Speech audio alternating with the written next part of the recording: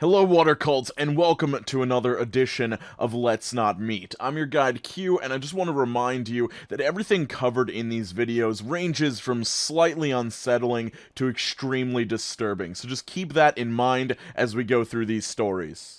I'd say I was around 8 at the time this took place. At the time we had to get the mail from the post office in town, and so seeing my mom get the mail, my brain decided, wow, I want to be cool and get the mail like mom. That childish need to prove that I was mature. Eventually, after time and time of begging, my mom let me go get the mail. Now to the actual story. I'd guess it was the weekend as the post office was closed, but you could still grab mail, just no people that worked there were there. I asked my mom if I could grab the mail as we slowly pulled up outside the post office. She nodded and gave me the keys that had the mail key and a few others, so loud and jingly keys. I jumped out of the old van and ran up the ramp to the building, avoiding the stairs completely. I opened the door and saw a lady and a man getting their mail, but turning to my side, I saw an older man sitting in the corner staring at me. He gave me weird vibes, even as a kid, but I still gave him a quick smile and wave. Bad move. The man smiled back, revealing his stained teeth.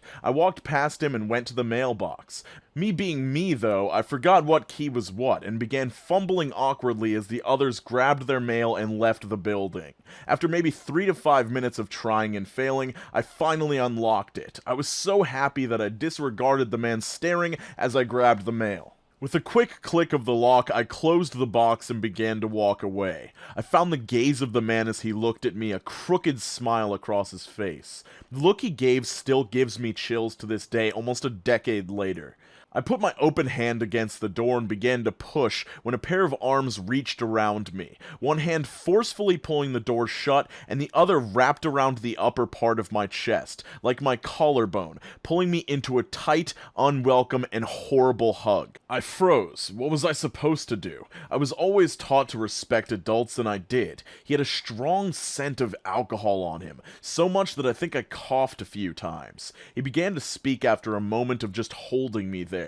The words he spoke scared me so bad, but now I only remember part of what he said, and I wish I didn't. Hey, where are you going? He spoke almost passive-aggressively.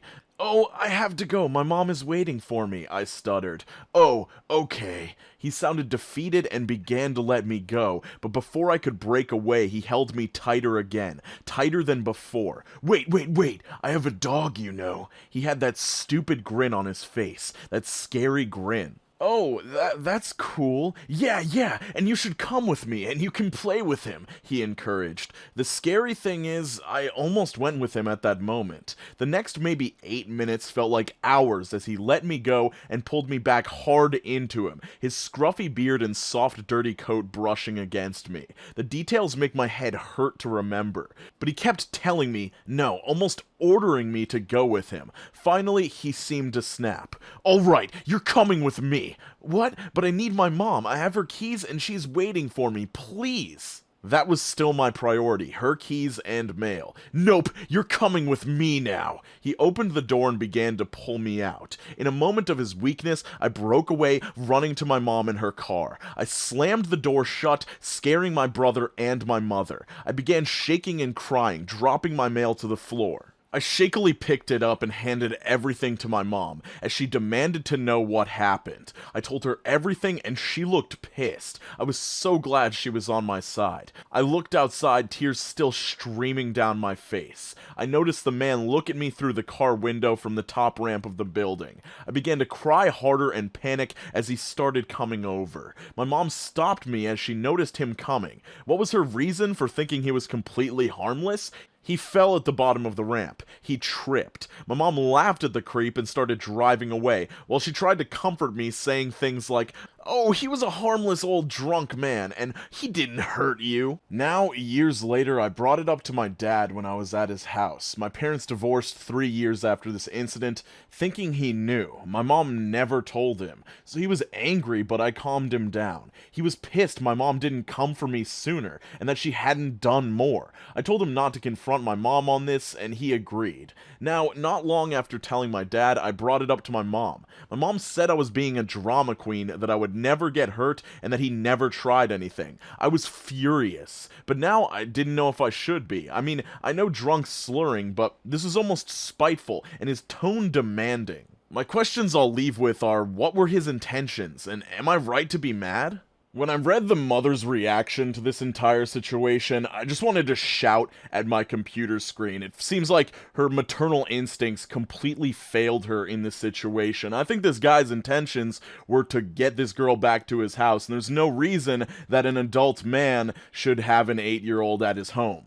I'm very glad that your dad understood, and honestly, I don't know your mom's history if more stuff like this happened throughout your life, but I would honestly trust her less, because it seems like her basic reasoning skills are extremely limited for her to not realize how messed up this situation was.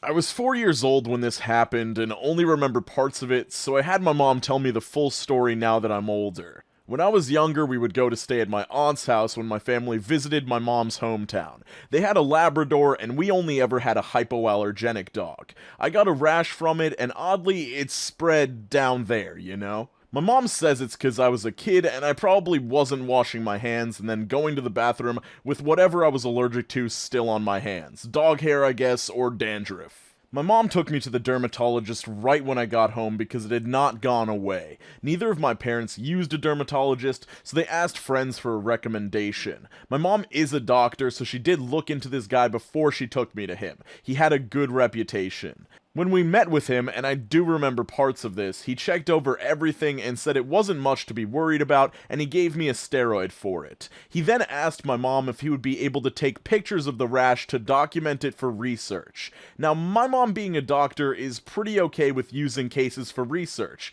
I know this because I'm being used for a research study since I had a certain hip surgery at such a young age, but she felt like it was off. She said she didn't really think he was asking in a creepy way, but she said regardless of if it was a rare case to be documented, she would never let a doctor take pictures of her 4-year-old's private parts. But she said that the biggest red flag was that he just said it was a common thing and not to worry about it. My mom being in medicine knows this means there's extensive research on it, and a picture of a common rash did not make sense. She forgot about it and obviously didn't take me back. She told her friends that recommended him about it, but we all kind of forgot about it. That was until we saw him on the news. He was arrested at the America-Canada border and was found in possession of more than 200 inappropriate pictures and videos of children. So thank you, Mom, for not always putting your trust in doctors, people who we should put our trust in. And they add an edit. I was just on the phone talking about this with my mom. Well, she had an even more insane part to the story.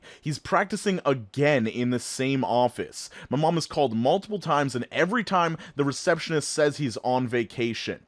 How in the hell would the Board of Medicine give him his license back? Now, I'm not going to lie, I actually wasn't going to include that last part because I thought it was so insane that it actually made the story sound fake, but I looked into it, and it turned out this person was sentenced to 3 years in prison, and then they got out and they are back to practicing dermatology again. They have a business website and everything. I tried calling their office, and it is an office with a dermatologist, and they do say that they have this doctor on their staff. I wanted to ask them why they employ such a person, but they are closed today. I'm recording this on a Sunday. I will be calling them back tomorrow, and I will update you guys. This post is short and sweet and to the point. It's been the only time I was truly in danger. I was around 6 years old, my family and I were just leaving the supermarket. I was begging my mom for some candy, and by the time we left, I didn't get any, so I threw a huge fit. I started stomping and crying at the exit and threatened my mom that I wouldn't leave without getting the candy. She said, "Fine, stay here then," and left me at the exit. This made me cry and scream even louder. As she was getting closer to the car, a man approached me. He just said these simple words, "Get in my van, boy, we'll catch her." I stopped crying immediately as I knew what stranger danger was by then. I just looked at the guy and knew something bad was going to happen. My mom quickly rushes back, grabs my hand, and yanks me away. She didn't say a word to the man, but she gave him a death glare. Needless to say, I was quiet the whole ride back home. I'm not sure what would have happened if my mom had decided to pack the groceries before she came back to get me from my little fit. I know this is short and anything could have happened, but I still remember those words all these years later. I feel like my mom did this same thing to me when I was a kid, but luckily nothing like this went down, and in my opinion, this is exactly how a mother should react in a situation like this, and it's such a stark contrast to that first post office story we looked at. If you'd like more creepy stuff like this, I do have an entire playlist for creepy stories from Reddit, and if you'd like to have your palate cleansed after looking at some eerie stuff like this, I actually did a collaboration with Dark Dom yesterday on the subreddit I'm 14 and This Is Deep, and that is over on his channel. I will leave both of those things in the description for you to check out. I hope you have an absolutely fantastic day. Please stay safe out there, make sure you're drinking more water, skate on to the best of your abilities, and I will see you very soon.